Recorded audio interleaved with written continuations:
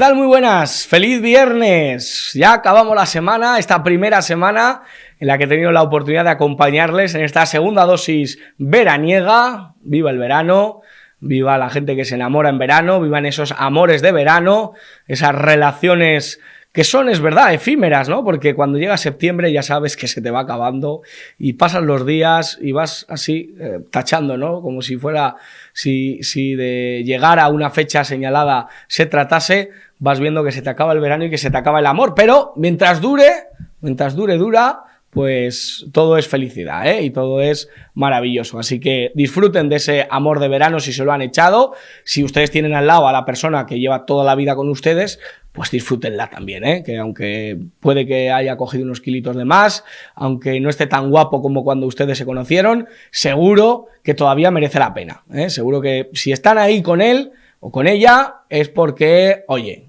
pues todavía le siguen viendo algo tendrá, ¿eh? El agua cuando la bendicen y cuando ustedes siguen acompañados. Y si ustedes, pues ni pareja ni amor de verano, pues ¿qué quieres que le diga? Oye, pues la soledad también, en la soledad, no les voy a decir que ustedes estén 100 años como García Márquez, pero bueno, pero disfrútenla también, ¿eh? Que uno se encuentra, ¿eh? Estas cosas que dicen, oh, yo me estoy encontrando a mí mismo, bueno, pues búsquense, a ver si se encuentran.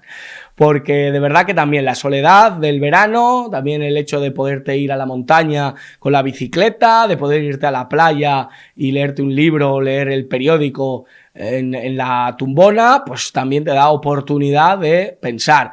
Como decía estos días, de ir a tu pueblo, esta ha sido la semana de volver al pueblo, de volver a beber calimocho, de volver a desfasar un poquito, de volver a escuchar pues temazos en las verbenas. Ayer leía un artículo que estaba muy bien, que decía los temazos que no pueden faltar en una verbena. Y bueno, pues desde el Chiquilla de Seguridad Social, ¿se acuerdan, Chiquilla? Ese, ya saben ustedes que en cuanto suena, ¡bum!, se cae el pueblo, se cae la verbena porque todo el mundo lo da todo, pasando por evidentemente la fiesta pagana de Mago de Oz, que siempre suele cerrar los eventos de las verbenas y los eventos así de festivos, erótico festivos de los pueblos.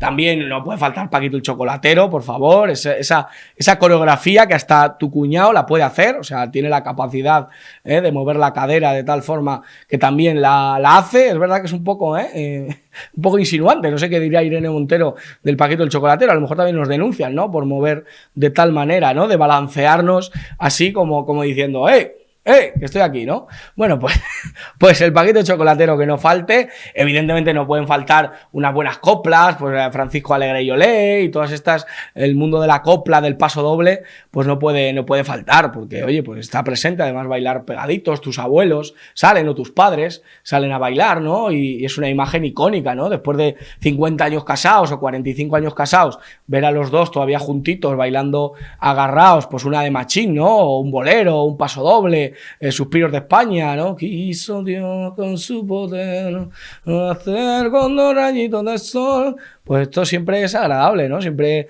es muy bonito. Extremoduro siempre suele sonar en las fiestas, ¿no? Salir, beber, el rollo de siempre. Bueno, pues estos temazos no pueden faltar en absoluto, ¿no? No pueden faltar las 100 gaviotas donde irán de Ducandú, la insurrección de Manolo García. Son temazos que nunca van a pasar de moda. Nunca. O sea, yo entiendo que nuestros hijos a Ozuna yo creo que no lo van a escuchar, sinceramente. A Ozuna, a Anuel, Becky G, su puñetera madre, yo creo que a todos estos se van a ir por el sumidero, y como cada verano se nos olvida la canción que se puso de moda el anterior, pues no lo vamos a escuchar. Ahora, yo creo que a Rafael, Mi Gran Noche, va a seguir sonando en todas las verbenas con mis bisnietos. Yo creo que seguiremos escuchando hasta cuando nos deje Rafael el Mi Gran Noche, el Porón Pompero de Manolo Escobar. Todo eso yo creo que no va a pasar de moda nunca, ¿eh? Incluso la barbacoa y el chiringuito de Jordi Dan, fíjate que Jordi Dan nos dejó hace un par de veranos, pues también van a estar presentes con nosotros. Pero bueno, bromas aparte y disfrutando, ya te digo, de esta versión veraniega de la segunda dosis, quiero decirles que España pasa por un muy mal momento. Quiero decirles que España necesita con urgencia un buen gobierno, y creo sinceramente que en el Frente Popular no reside ni un ápice de posibilidad de tener un gobierno decente, de tener un gobierno que esté a la altura de las circunstancias y de que de cara a lo que viene sea capaz de dar respuestas contundentes y respuestas protectoras para el tejido social de España. Yo no lo veo. No lo veo. Tengo pruebas, tengo pruebas. Tengo 4 años, 5 prácticamente, de gobierno en el que cuando pudieron ayudarnos, nos pisotearon. Cuando pudieron hacer el bien, eligieron hacer el mal. Y esto es así.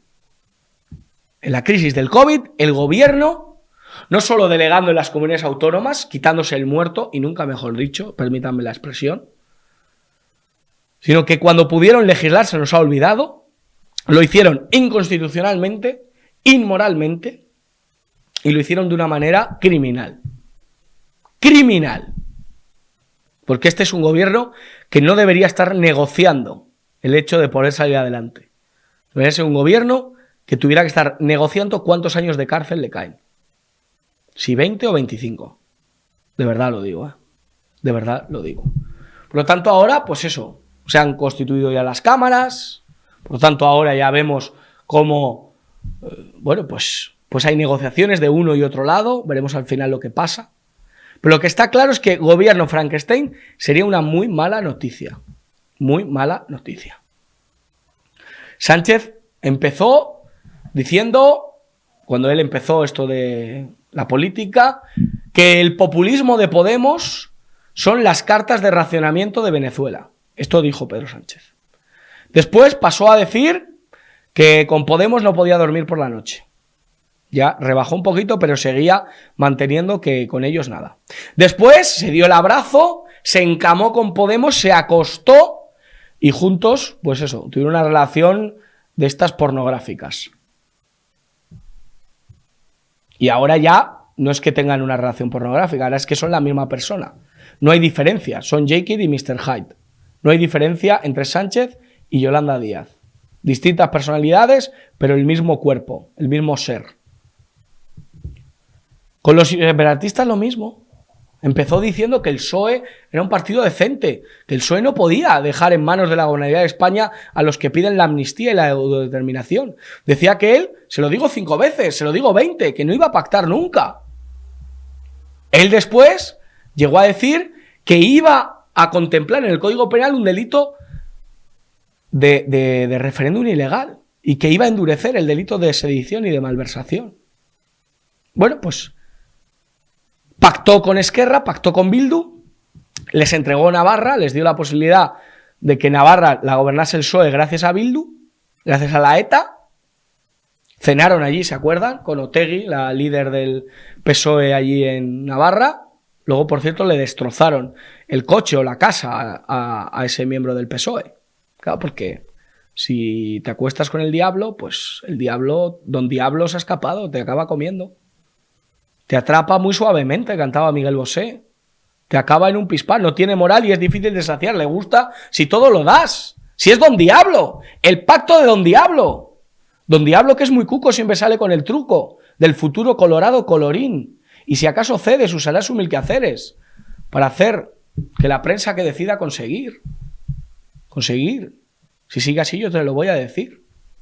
Pues esto es el PSOE. Esto es el pacto. Y han pasado de eso a entregarle. La ley de memoria democrática la manejó Bildu. Es la ETA la que la ha escrito y la que ha tenido parte en esa ley. En la Comisión de Secretos Oficiales está dentro Bildu, es decir, enterándose de todo lo que sucede internamente en España. O sea, que... Y ahora, pues ya está, un interlocutor más. Lo han blanqueado. ¿Para qué quiere Bildu pedir nada si ya está blanqueado? Si después de 40 años pegando tiros, ahora pueden estar en las instituciones trincando, cobrando un sueldazo, cagándose en España, vomitando sobre España y encima teniendo la sartén por el mango. Es que este es el gobierno que plantea Sánchez. Este es el gobierno de la ruina. Y enfrente tiene que haber un gobierno sólido. Fin. Por tanto, frente a la cuadrilla, gobierno estable. gobierno fundamentado. Y si no puede salir, nos vamos a segundas elecciones, venga, atrévete. Hoy estoy cantarín, atrévete. Como he empezado con lo de las verbenas, ¿no se acuerdan? ¿Quién cantaba eso? Calle 13 o atrévete, salte del closet. Escúchame, quítate el esmalte. Es que estas canciones me las sé menos. Atrévete, quítate el closet. No, es que no me acuerdo de la canción esta. Pero bueno, atrévete, Feijóo. Atrévete. Atrévete, Feijóo. Sé valiente. Vamos a segundas. Venga, otra carta. Esto es el blackjack. Te han dado una carta que te queda muy lejos de la mayoría. Pide carta, otra carta, a ver si sale, a ver si sumas, otra carta, porque con la de Vox y la tuya no sumáis. Otra carta, pide otra carta, Feijóo. Venga, dale.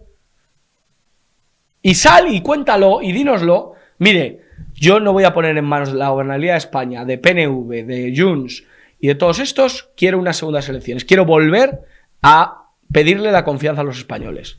Y quedas como vamos, como un jefe, como un líder. Pero no, mejor andar titubeando con este tipo de de separatismos periféricos. Manda narices, manda narices.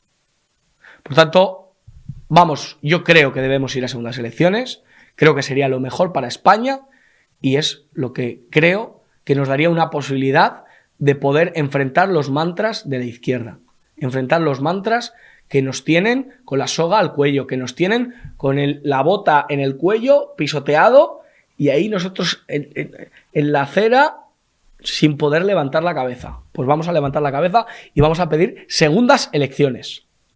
Segundas elecciones. Para que Sánchez, ni aun pactando con el diablo, ni aun llegando a acuerdos con, no sé, con la KGB, o llegando a acuerdos con, no sé, algún grupo Hamas o algún grupo de estos, el grupo ¿cómo se llama?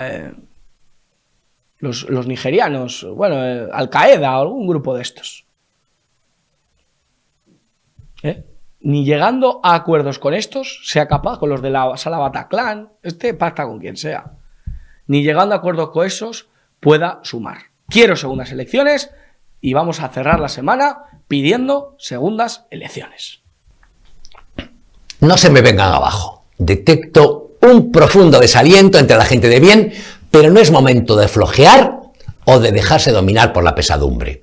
Motivos hay, porque dábamos por supuesto que este 23J poníamos punto y final a la peste sanchista y nos hemos encontrado con que hay 12 millones de españoles sin brújula moral, para los que cuelan como progresistas desde los asesinos etarras a los golpistas catalanes. Choca que existan tantos cientos de miles de manchegos, castellanos, andaluces y extremeños que votan al socialista Sánchez para que a los vascos del PNV y Bildu y a los catalanes de RC y Junts no les falte de nada. Pero es la España que tenemos y con esos bueyes hay que arar. Nos guste o no nos guste. Como se veía venir, el Congreso de los Diputados se ha constituido bajo los designios de un sedicioso apellidado Puigdemont, procesado por corrupción y fugado de la justicia. Ese partido infame en que se ha convertido el PSOE mantendrá el control de la Cámara con una presidenta atolondrada llamada Francina Armengol, que destacó en Baleares por su antiespañolismo, su sectarismo, su miopía y sus burradas, que hizo muchas. Y encima, para nuestra desdicha, hemos visto cómo se perpetra el esperpento y se pavimenta el camino para que Sánchez pueda renovar en la Moncloa al frente de una nueva versión del gobierno Frankenstein, con el centro derecha haciendo el canelo, el gilipollas. Si el PP hubiera respetado el pacto firmado con Vox, el bloque constitucionalista habría logrado la vicepresidencia primera, cargo muy relevante porque quien lo ocupa controla el juego parlamentario en caso de ausencia de la presidenta. En vez de eso, reeditando la estulticia de la extremeña Guardiola, cuyo desbarre contra Vox a mitad de la pasada campaña electoral hizo perder 10 escaños a Feijóo y dio alas a Sánchez, los populares fueron a lo suyo. Se han quedado con 4 puestos de la mesa, dejando en el aire la sensación de que en lugar de aspirar a presentar un frente de 172 diputados contra la coalición Frankenstein, van a conformarse durante la próxima legislatura con 139, que son los que consiguió su candidata Cuca Gamarra. El espectáculo, protagonizado por el centro derecha, en mi opinión fue lamentable, porque no era la de ayer, una jornada para cicaterías y miserias, sino para sacar pecho y mostrar unidad y determinación. El felón Sánchez no tiene aún garantizada su investidura, aunque el acuerdo con Puigdemont, Otegi, Rufián y otros en el Congreso le acerca mucho a la Moncloa. Está haciendo el jefe del PSOE, fiel a lo que ha sido su línea y a la deriva que marcó en su día el inefable Zapatero, cesiones sin precedentes, indignas de un gobernante español, y contra eso hay que seguir luchando. No hay apaños o componendas con los enemigos de España, de la libertad y el sentido común que sean compatibles con la dignidad y el decoro. Y por eso nosotros vamos a seguir en la pelea, cueste lo que cueste y por mal que pinten las cosas. La victoria no tiene sucedáneos y solo sonríe a los que nunca se rinden. Pues tiempo de entrevista en la segunda dosis en Periodista Digital. Hay entrevistas que son un honor, pero cuando uno habla con una persona con humanidad, con una persona que no ha tenido miedo a enfrentar a quien sea, y en este caso a terroristas, a asesinos, lo ha hecho con total valentía, que ha tenido que sufrir en sus carnes la atrocidad del terrorismo, y encima escribe libros y los escribe bien, pues ya entonces ya sí que es un auténtico honor. Don Miquel Buesa, ¿qué tal? ¿Cómo está usted? Pues yo bien, ¿y tú? Pues bien, bien, la verdad que aquí estamos a pesar del panorama que tenemos. Bueno, ya, pero el panorama, como no sabemos cuál es la respuesta a las incógnitas que hay, pues hasta que no se despejen hay que mantener la calma. Antes de entrar en faena, 6 escaños de Bildu en el Congreso de los Diputados. Sí. Tienen la posibilidad de hacer presidente a Sánchez. Sí. ¿Usted cómo se lo toma? Bueno, a mí me parece lamentable. O sea, no me parece lamentable que Bildu tenga 6 escaños en el Congreso, aunque, en mi opinión, nunca debería haber sido legalizado el partido que da origen a Bildu, que es Sortu. Pero independientemente de eso, lo que me parece impresentable y vergonzoso es que haya un partido como el Partido Socialista Obrero Español, que se reputa de defensor de la Constitución, que pacte con este partido Bildu, que es un partido donde hay unos cuantos asesinos de ETA entre su dirección y sus cuadros, y por tanto esté blanqueando de esa manera toda la historia del terrorismo que tenemos, que hemos soportado desde 1959 hasta el 2018. Que se dice pronto. Si usted tuviera delante a Pachi López, a Pedro Sánchez, ¿qué les diría? Bueno, pues le recordaría las palabras de la madre de Pagaza, esas de que diréis cosas que no se le harán la sangre. Pues la sangre la tenemos ya congelada. En realidad les diría que son unos impresentables. Pero en fin,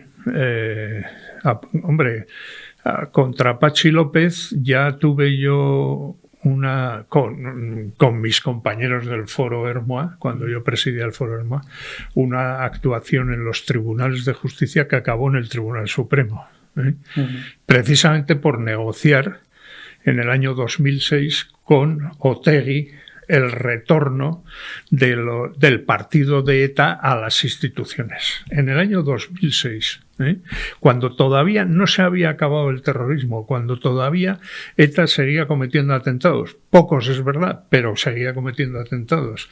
En ese momento ya estaba Pachi López en esa negociación que tuvo, creo que fue en el mes de julio, en San Sebastián, en un hotel de San Sebastián, junto a Rodolfo Ares, con con Otegi. Bueno, pues de aquellos polvos estos lodos. Esta campaña ha sido marcada por una frase: que te vote chapote. Y usted es verdad que junto a Daniel Portero, otras personas han defendido que esta frase nace del pueblo y que se debe utilizar. ¿Qué le diría a aquellos que...? Esta frase nace de un espontáneo que la dibuja en un folio pavilla, y la pone ahí detrás de Pedro Sánchez mientras le hacen una foto, y tuvo mucha fortuna. Hay quien ha tratado de sostener la tesis de que era un simpatizante de Vox y tal, para descalificarlo todo. Pero en realidad eso nadie lo ha demostrado, porque ni siquiera sabemos quién es ese individuo. Está fotografiado, pero no sabemos quién es. Bueno, pues efectivamente, y tuvo mucha fortuna y además fue difundiéndose, no con el apoyo de algunos partidos políticos y tal, no, con el apoyo popular. Y claro, cuando se convirtió en una oleada enorme, entonces reaccionó el Partido Socialista, utilizando como correveidiles de sus intereses, lamentablemente, a la Fundación Fernando Buesa y al Colectivo Vasco de Víctimas del Terrorismo, a ambos. Bueno, la Fundación Fernando Buesa está completamente atravesada por el Partido Socialista y por el PNV. Y Covite pues está dirigida por una persona que tiene un odio particular a los del PP, no sé por qué, nunca lo he sabido, y que bueno, pues aprovechó la ocasión para descalificar a los partidos de la derecha que ni siquiera habían tenido ningún protagonismo en la difusión de la frase.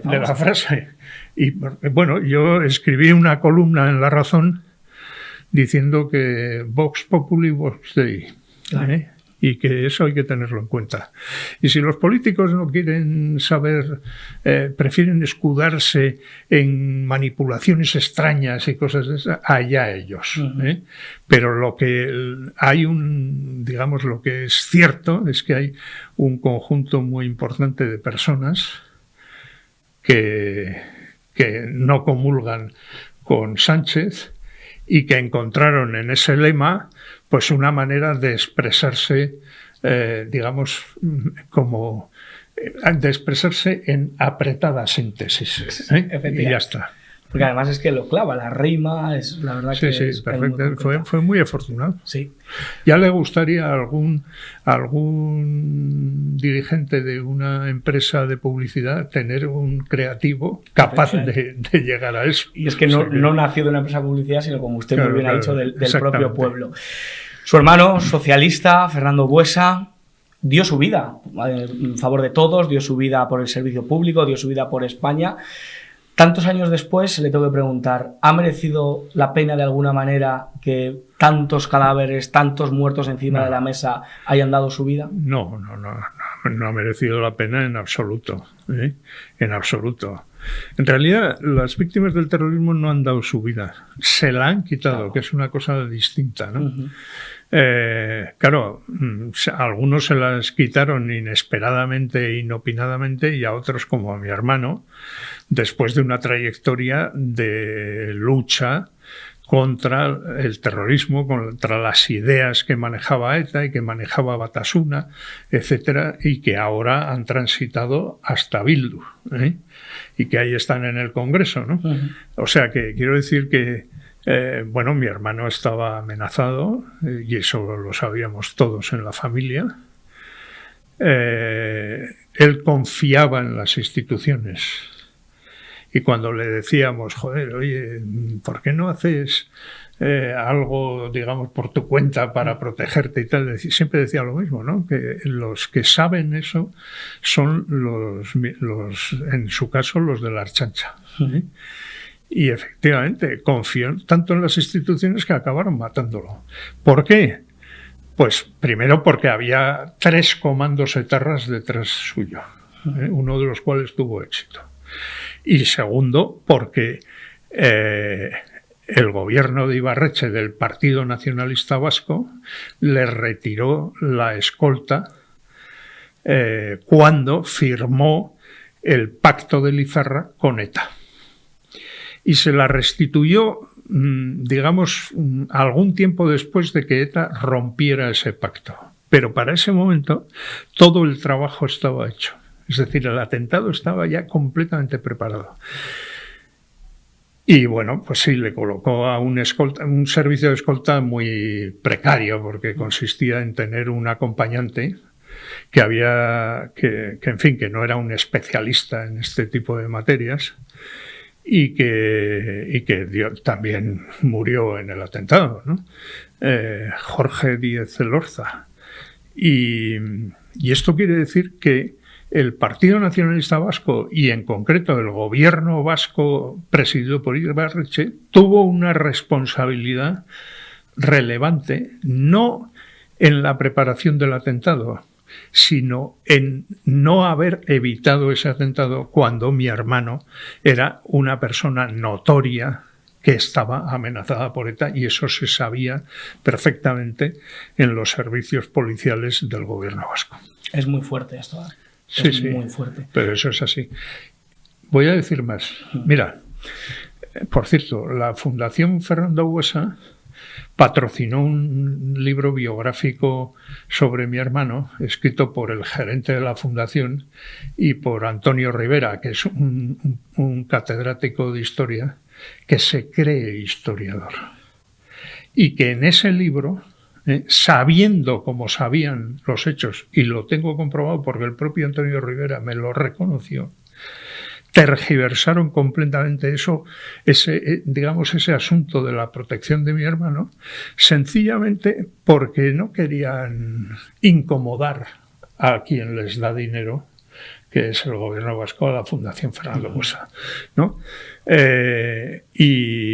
Y entonces lanzaron la idea de que, bueno, pues unos de la Cale Borroca que habían formado un comando así el día anterior, tuvieron suerte y que además, en fin, estaba toda la zona donde vivía mi hermano, que está cerca de donde está la Lehendakaricha, etcétera, cerca, pero no es en la manzana de al lado, vamos, entendamos bien, que aquello todo estaba vigilado y que, joder, por casualidad tuvieron suerte. Eso es lo que dice Antonio Rivera, que dice que es historiador, ¿no? Y es mentira. Y es mentira.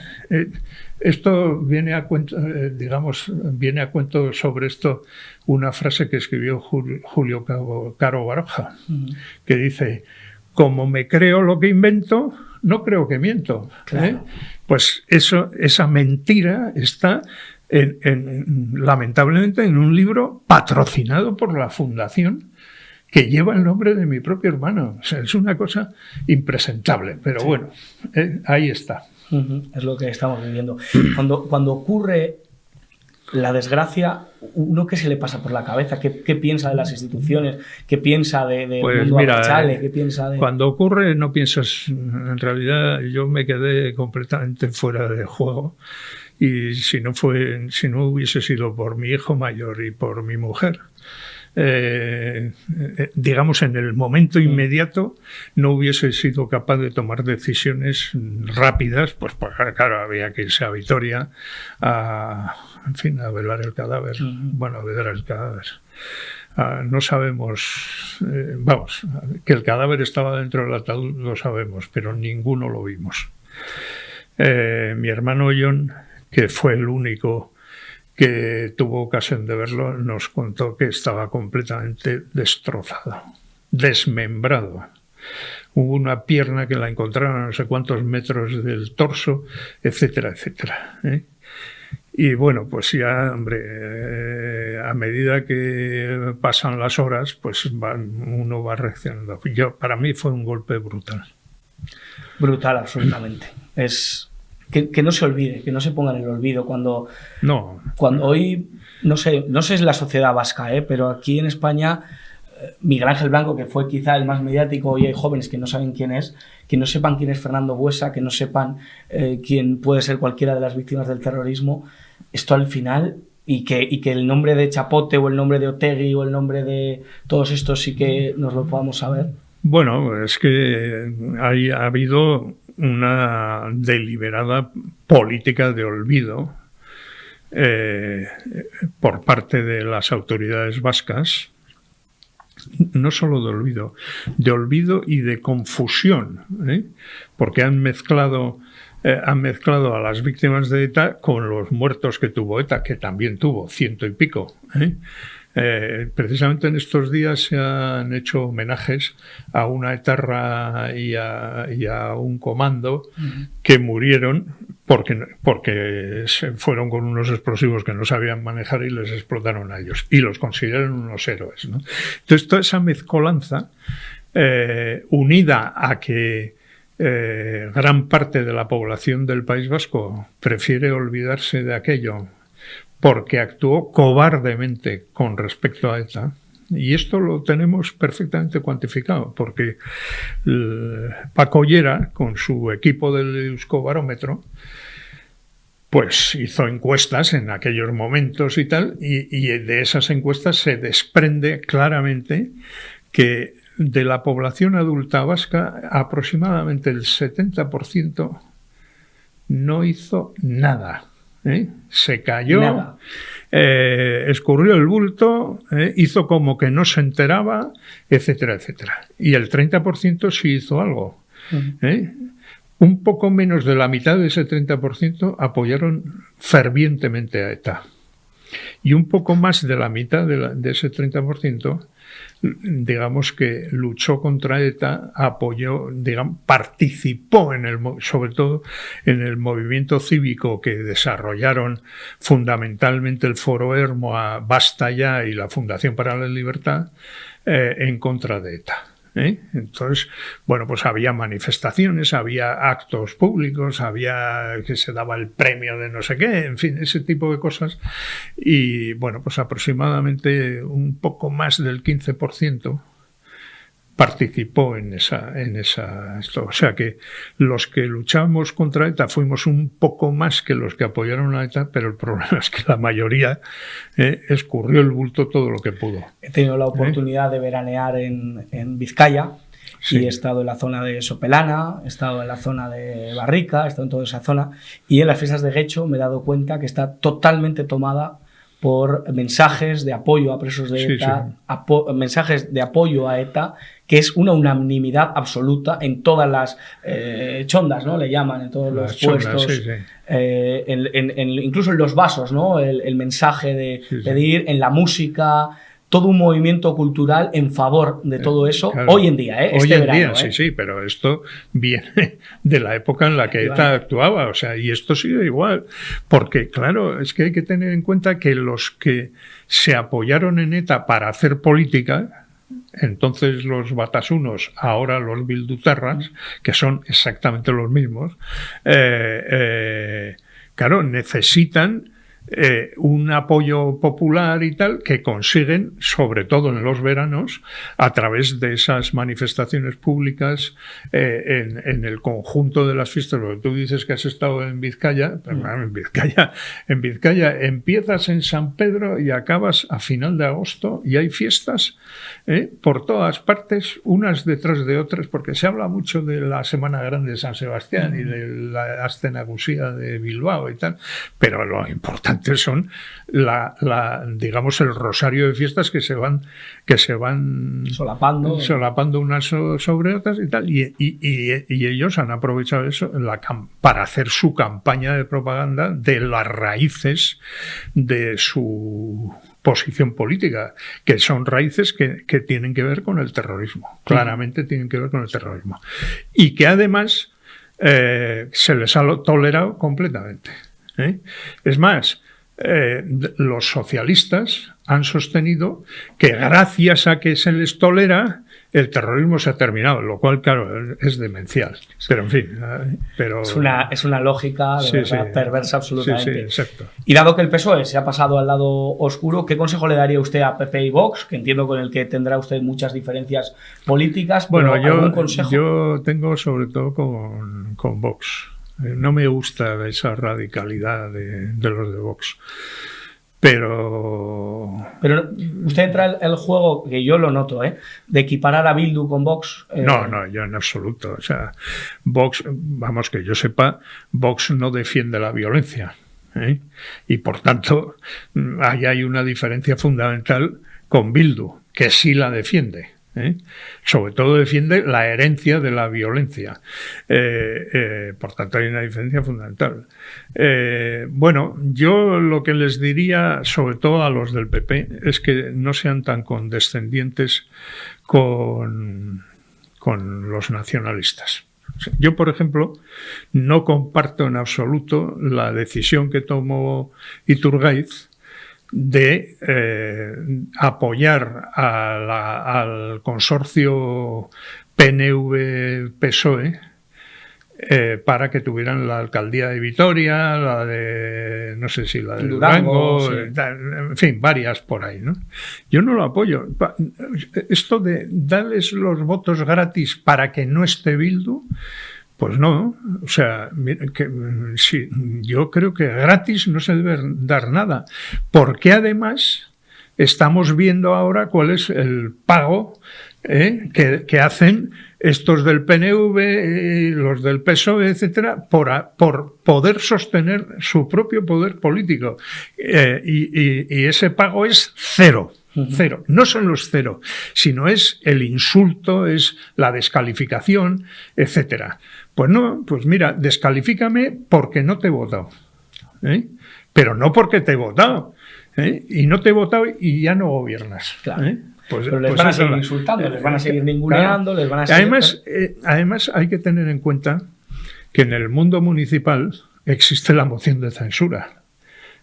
Y por tanto, que Bildu hubiese tenido la alcaldía de Vitoria, ¿era un hecho irreversible? No. Podría haberse establecido un acuerdo entre el PNV, el PP y el PSOE para hacer una moción de censura.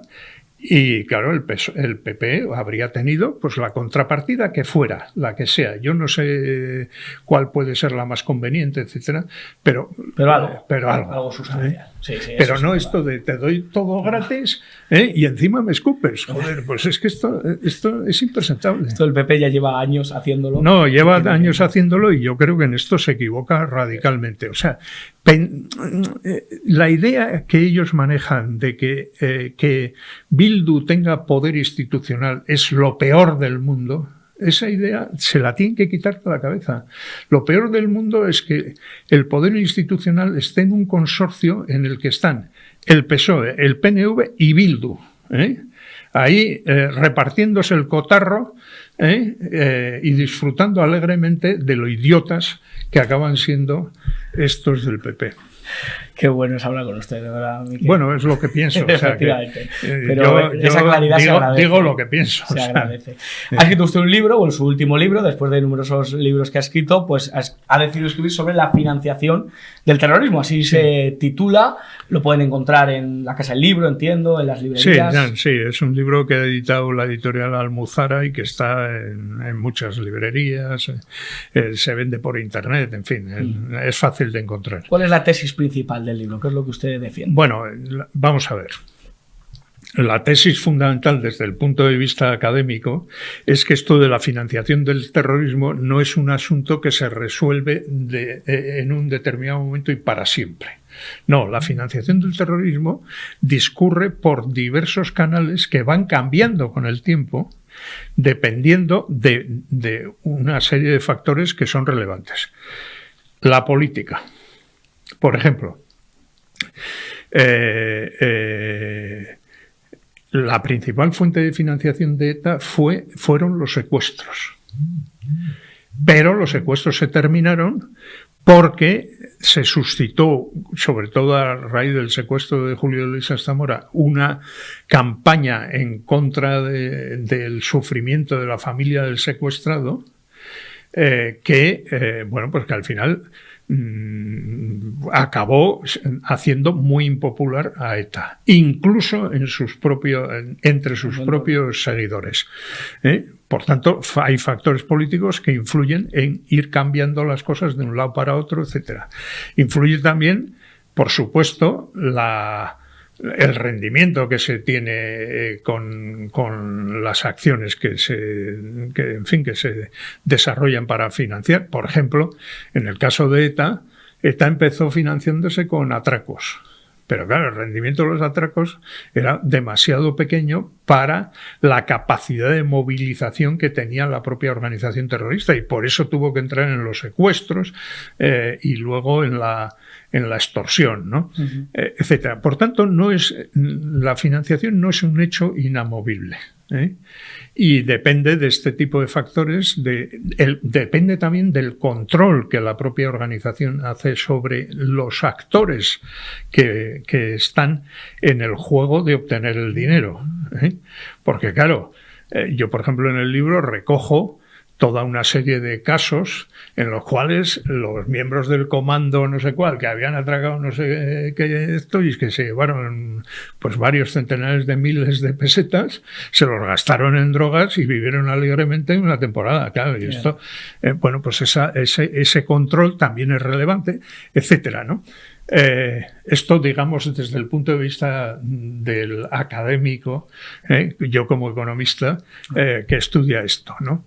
Ahora, creo que el logro mayor de mi libro es haber reconstruido la financiación del terrorismo del terrorismo de ETA desde 1967 hasta hasta el año 2010, cuando acabó la campaña terrorista. Porque esto no lo ha hecho nadie.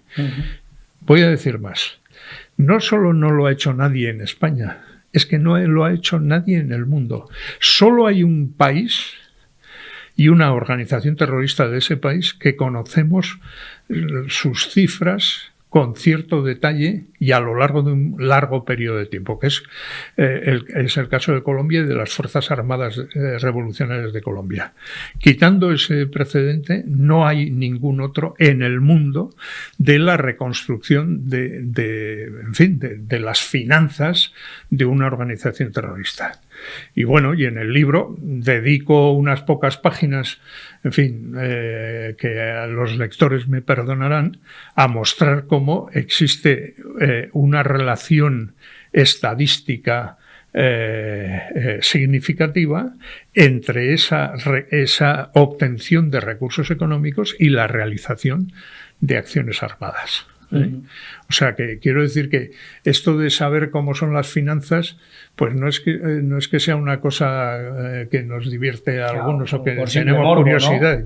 No, es que tiene un efecto práctico que es relevante, y es que el dinero es el alma del terrorismo.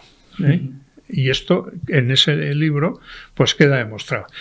Por supuesto que el libro en lo que se entretiene es en explicarle al lector pues cómo fueron las cosas y los detalles y anécdotas de esto y de lo otro y lo demás allá, porque yo ya sé que la gente si no se aburre, pero yo no pretendo aburrir al lector, pero tampoco pretendo dejarle fuera de los asuntos esenciales, ¿no? Que son estos que acabo de decir.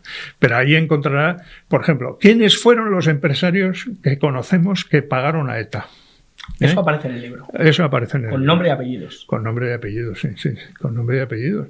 Porque además, bueno, es que hay una base de datos que yo he explotado, pero que no ha explotado nadie hasta ahora, que elaboró la Guardia Civil y que está publicada en la página web de la editorial Planeta.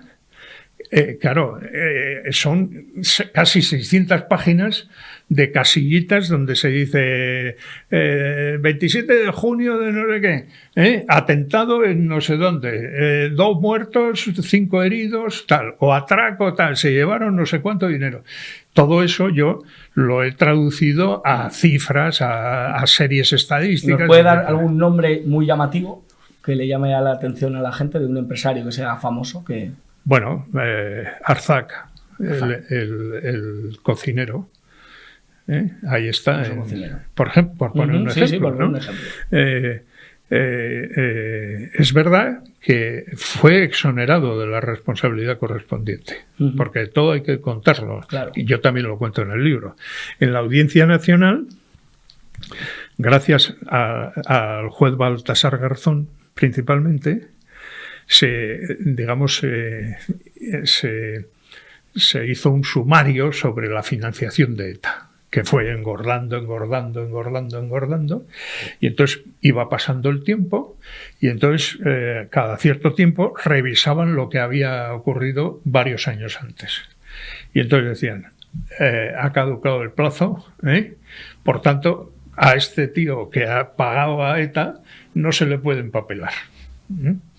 Y así sucesivamente. O en su caso se tomaba la decisión de aplicarle la idea del estado de necesidad, que es una cosa que figura en el Código Penal, que exime de responsabilidad. O sea, tú tienes un miedo insuperable y entonces no eres responsable. Y esto se lo hacen. El caso de Arzac es muy interesante, porque es que además le puso un piso al etarra que le extorsionaba. Tremendo, Y que era a su vez pariente de su mujer. O sea que, quiero decir, sí. Entonces tú dices, no, estaba en necesidad, un miedo insuperable. Bueno, pues vale, yo ya sé que la responsabilidad penal no la tiene, pero está en los papeles y su caso está ahí. También hay algunos casos que yo también menciono, ahora no recuerdo el nombre, ¿no? Por ejemplo, a Thierry, a este tarra que estaba medio zumbado, le pillan unos papeles donde dice el empresario fulanito de tal vino aquí a pagar cagado de miedo. Usa esta expresión, cagado de miedo. Es verdad que algunos estaban cagados de miedo, pero la mayoría de los que pagaron, unos 500 y pico nada más, calculo yo, lo que hicieron fue, se iban a Francia, conectaban allí con el aparato de extorsión de ETA y decían, bueno, ¿cuánto te tengo que dar? Yo qué sé, 300.000 euros. Joder, es que eso es mucho que no tengo, tal. Bueno, o sea, había esa negociación. Sí, había esa negociación y lo dejaban, pongamos, por ejemplo, en 200.000. Bueno, y ahora, oye, me tienes que dar plazos, en 5 plazos. O sea, negociaban eso como si eso fuera vender churros, exactamente igual. Entonces, claro, ese tipo de gente, esa gente que financió parte del terrorismo, porque la extorsión fue una fuente inferior al secuestro. Y entonces, bueno, a esos hay que considerarlos víctimas héroes. De hecho, hay varios trabajos financiados por el gobierno vasco, hechos en la Universidad de Deusto, en los cuales se sostiene la tesis de que pagaras o no pagaras eras una víctima exactamente igual. Pues yo digo que no. En mi libro yo digo que no. Porque yo sí he conocido a empresarios que se negaron. Y que vivieron un auténtico calvario. Algunos tuvieron que irse del País Vasco. Otros siguieron en el País Vasco escoltados todos los días, y algunos a su propia costa. Por tanto, pues claro, es que esto no podemos comparar a estos héroes que se resistieron a ETA. ¿Algún ejemplo de héroe? ¿Algún valiente? No merecen. No. Vale. No se lo merece, o sea, se merecen los sí, pero quien tendría que haber hecho esto es las propias organizaciones patronales vascas, la Confebask. Confebask no se pronunció contra ETA nunca. Y cuando ya se acabó lo de ETA, empezó a decir, uy, es que todos los empresarios hemos sido víctimas. Bueno, en fin, esto es demencial completamente. Pero bueno, yo eso en el libro lo trato esto.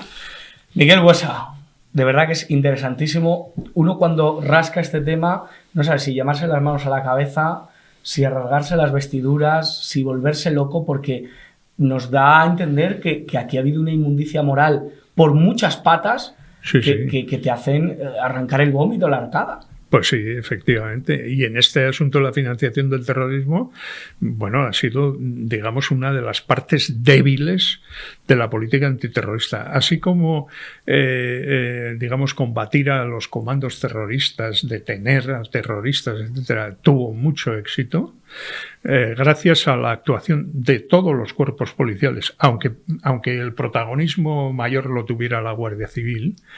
En el caso de la financiación, no se hizo nada. No se hizo nada. Es más, en España, financiar el terrorismo nunca fue un delito. Hasta el año 2010, cuando ya se había acabado el terrorismo.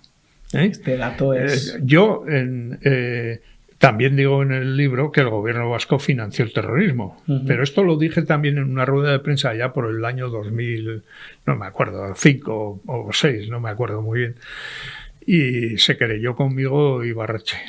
No tuvo fortuna, pero sí apareció un auto judicial en el que se decía que yo le había imputado el delito más horrendo al Lehendakari. Pues no le había imputado ningún delito, porque financiar el terrorismo en aquel momento no era delito.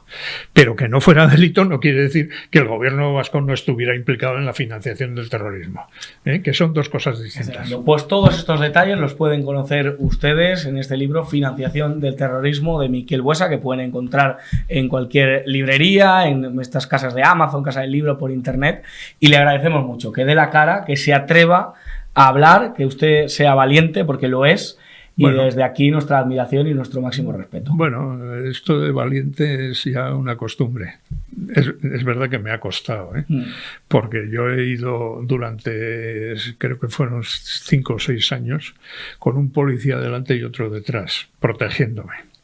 Eso hay que afortunadamente llevarlo. Ahora puedo ir libremente a cualquier sitio, y espero que eso no se acabe, Pero, en fin, con estas cosas que están pasando en España, tengo mis dudas. Hay que tener dudas, pero también la certeza de que se está en el lado bueno de la historia. Sí, y eso reconforta. Miquel Buesa, muchísimas gracias por estar en Periodista Digital. Muchas gracias a vosotros. Y nosotros, pues, nos despedimos después de esta entrevista. Bueno, antes que nada, dándoles un consejito, porque siempre aquí en Periodista Digital nos gusta darles un consejo después de todos los, pues esos abusos que se hacen en verano, de la cañita, de la tapa, de la ración. Bueno, pues desde aquí, nuestro consejo para que bajen esos kilos que, bueno, pues tienen ustedes de más después de este verano.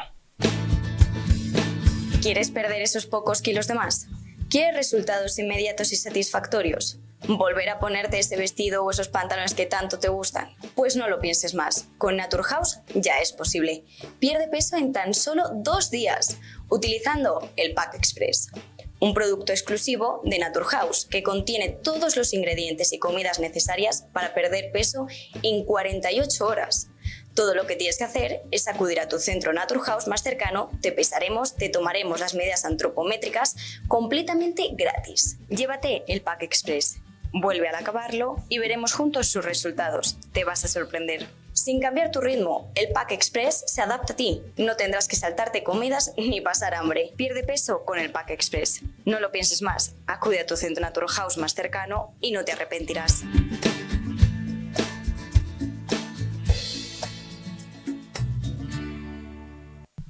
Pues la verdad que este viernes, como en Periodista Digital no tenemos complejos y sobre todo tenemos dignidad y queremos justicia para las víctimas del terrorismo, de una en concreto como ha sido Miquel Buesa, pues vamos a hablar con nuestro querido Javier Igartua, colaborador de esta casa y víctima de ETA. Javier, ¿cómo va ese verano? Pues bien, esperemos que no se me corte porque estoy viendo que se me está cortando cada X. Nada, no. Debe ser Marlaska que anda ahí, No lo sé, no lo el tiempo que hace aquí. Bien, pues este verano tranquilito. Estuve una semana en Galicia. Luego, por temas familiares que tú conoces, no me he podido mover la última. Pero bueno, bien, relajado, tranquilo, buen color, pelo cortado, todo en orden. Estás bien guapo, ¿eh? O sea, desde mi heterosexualidad más absoluta, te lo digo. Es lo que tiene. Es lo que tiene ser guapo, Josué. El que quiera que aprenda. Javier, Miquel Buesa me ha dejado de verdad el alma helada. Y no por su figura, porque él es la verdad reconfortante, sino por lo que nos ha contado. O sea que en esto de ETA participó todo el mundo, el gobierno vasco, los empresarios, el PSOE. Pero bueno, pero aquí nadie tuvo decencia. Muy poquitos tuvisteis decencia, ¿eh? Bueno, que está claro que si esto se hubiera querido parar, se hubiera parado. Yo estoy convencido de que si unos cobardes, unos terroristas cobardes, esto no se elige. Que miran sus espaldas por encima de todo, ¿no? Se me ha cortado mucho, ¿no? No, sigue, Javier, no te preocupes, que es un pequeño corte. Vale, si esto se hubiera querido parar, se hubiera parado. Antes, yo es que estoy convencido de eso, Josué. Estoy convencido que son los cobardes, pero bueno, yo no voy a acusar a nadie, ni voy a decir nada, pero lo que está clarísimo es que algunos defendimos la libertad y dimos la cara en momentos complicados y por tanto, pues esperemos que esto no se vuelva a repetir. Oye, esta semana, la verdad que es un tema, ya te digo, que a mí me apasiona y creo que hay que daros toda la dignidad, pero esta semana han pasado muchas cosas políticamente. Por ejemplo, en Vox han nombrado a Pepa Millán, sustituta de Iván Espinosa Los Monteros. La joven, la que era portavoz en el Senado, ahora será portavoz en el Congreso. ¿Qué te parece esta decisión? ¿Qué te parece su figura? Pues que me da igual. Es decir, que Vox siga con su línea, yo seguiré defendiendo sus ideas que son las mías, pero yo paso de la vida interna de cualquier partido, como he dicho al principio de este mes o a finales de julio. Estoy cansado de la política de partidos y voy a hacer mi política personal, aunque lógicamente voy a apoyar a Vox porque es un partido que defiende lo que pienso. Pero a mí que pongan a Pepa Millán o pongan al Morobuza. A ver, Javier, que sí, que te escuchamos. Es un pequeño corte, tú continúa. Si no me pongo de otro lado, pero bueno, es que estoy aquí. Lo que desarrollabas es que da igual Pepa Millán, Iván Espinosa o Jesús Gil, el que sea, pero que sea alguien decente, ¿no? Ese es un problema de Vox. A quien pone portavoz no es problema mío, yo no soy de Vox. Yo defiendo las ideas de Vox, pues son las mías. Y si un día discreparé, pues discreparé como lo he hecho 100.000 veces con el Partido Popular. No es que discrepes, que con el Partido Popular todo nada. Nanco. Pues ahora que estoy otra vez. Y con Vox, lógicamente, pues ellos eligen su portavoz. A mí me voy a mojar, me gustaba mucho Figaredo, lo voy a decir así claro, pero es la decisión de Vox, no es mi decisión y por tanto estoy defendiendo las ideas de Vox porque son las mías, pero yo no soy de Vox, por tanto ellos sabrán a quién tienen que poner. Claro. La verdad que, bueno, pues esto ha llamado mucho la atención. También está llamando mucho la atención el intento de negociación que está llevando a cabo el PP con el PNV, con estos partidos, con Junts per Catalunya, incluso por Juntos por el Golpe. ¿Qué te parecen estas negociaciones?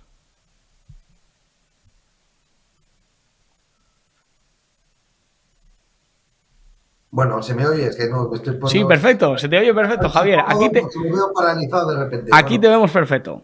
Vale, vamos a intentarlo. Bueno, el PP la anunció con el PNV, ya se la comieron una vez con el día famoso del Bolsonaro en el Congreso y parece que les gusta la marcha. Y con Junts, pues absolutamente. Es que no hay que pactar nada con ningún partido independentistas, esos son los errores del bipartidismo y ese es el error que estamos cometiendo, estar sujetos por no querer cambiar la ley electoral en manos de aquellos que quieren destruir España. Por tanto, considero que es una mala noticia para este país y si yo estuviera en política no negociaría nada con aquellos que quieren romper España y lógicamente menos con terroristas, pero es por el bipartidismo que está desde que se hizo la transición, todos los días en manos y en brazos de aquellos que nos quieren destruir.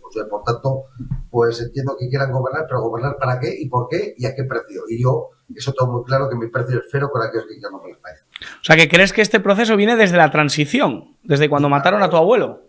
Sí, claro, pues se cedió, joder, José, se cedió todo, de hubo cosas que se han cedido que no tiene un sentido dos bandos y que también es decir, los nacionalistas con los rojos mataron gente, por ejemplo, a gente de mi familia en el barco Quilates de Bilbao. ¿Qué pasa? Que ahora ellos han sido los que han sufrido, no hemos sufrido los dos, porque una guerra civil siempre es mala para los dos. Y han querido ganar siempre con ese victimismo, y lo he escuchado tantas veces, lo que perder una guerra es malísima para todos, pero ganó el bando nacional, ganó el bando nacional. Y por tanto, desde entonces ese complejo de querer ceder ante el PNV, ante Junts, ante todos aquellos que quieren romper España, están todo el día cediendo.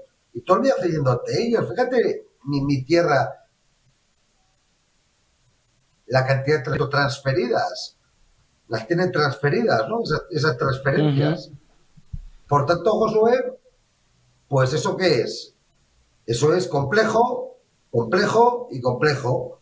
Y ya está bien de que este país esté en manos de los independentistas cuando este país se pueda reformar la ley electoral y que gobiernen la gente que queremos España. Y ya está. Y para eso no hace falta pactar con el PNV, ni como hace Sánchez con ETA, ni con Junts, que nos golpista Puigdemont, ni con nadie. Lo que hay que hacer es cambiar la ley electoral y empezar a gobernar entre todos aquellos que queremos España. Y el que no le gusta, que no le dejen volver.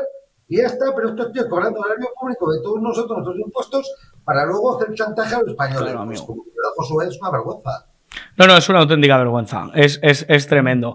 Oye, para ir acabando, Javier, el PP y Vox han apoyado en Béjar, un pueblo de mi querida Salamanca, que Anabel Alonso del Pregón. ¿A ti cómo se te queda el cuerpo? Bueno, es que es un complejo más, Josué, de lo que hemos estado hablando hasta ahora, ¿no? Parece que hay que ponerse para alguien de izquierdas porque es mucho más progresista. Y lo que ha hecho el partido es hacer desprogresismo, es decir, no hacernos progresar, no hacernos hundirnos. Por tanto, pues nada, enhorabuena una vez más al complejo. Enhorabuena a los complejos, eso es lo que hay que decir, porque claro, la izquierda nunca invitaría a Pitingo, por ejemplo, a dar un pregón en, no sé, en algún ayuntamiento en Vitoria o en Barcelona, o en... ¿no? No, arriba los corazones, Josué, es ese país que tenemos, que nos merecemos, que estamos construyendo con los complejos de la derecha de siempre, excepto Vox, que no tiene complejos, pero el PP es la derecha de siempre, que acabó como acabó en su momento, y una izquierda la posesión de la verdad, y por tanto arriba los corazones, viva Pitingo y viva España. Arriba los corazones, eso es lo importante. Querido amigo, un abrazo muy fuerte, espero que tu señora esté ya recuperándose y que tú estés bien, ¿eh? Sigue yendo al mismo peluquero que te favorece. Hombre, es que esto lo de ser guapo lo que tiene, Josué. Pero a ti también te pasa, entonces no, ya me entiendes. Claro, bueno, yo menos. Yo la verdad que me tengo ya que quitar estas barbas que parezco, no sé, un personaje extra de Juego de Tronos. Amigo, Nada, Josué.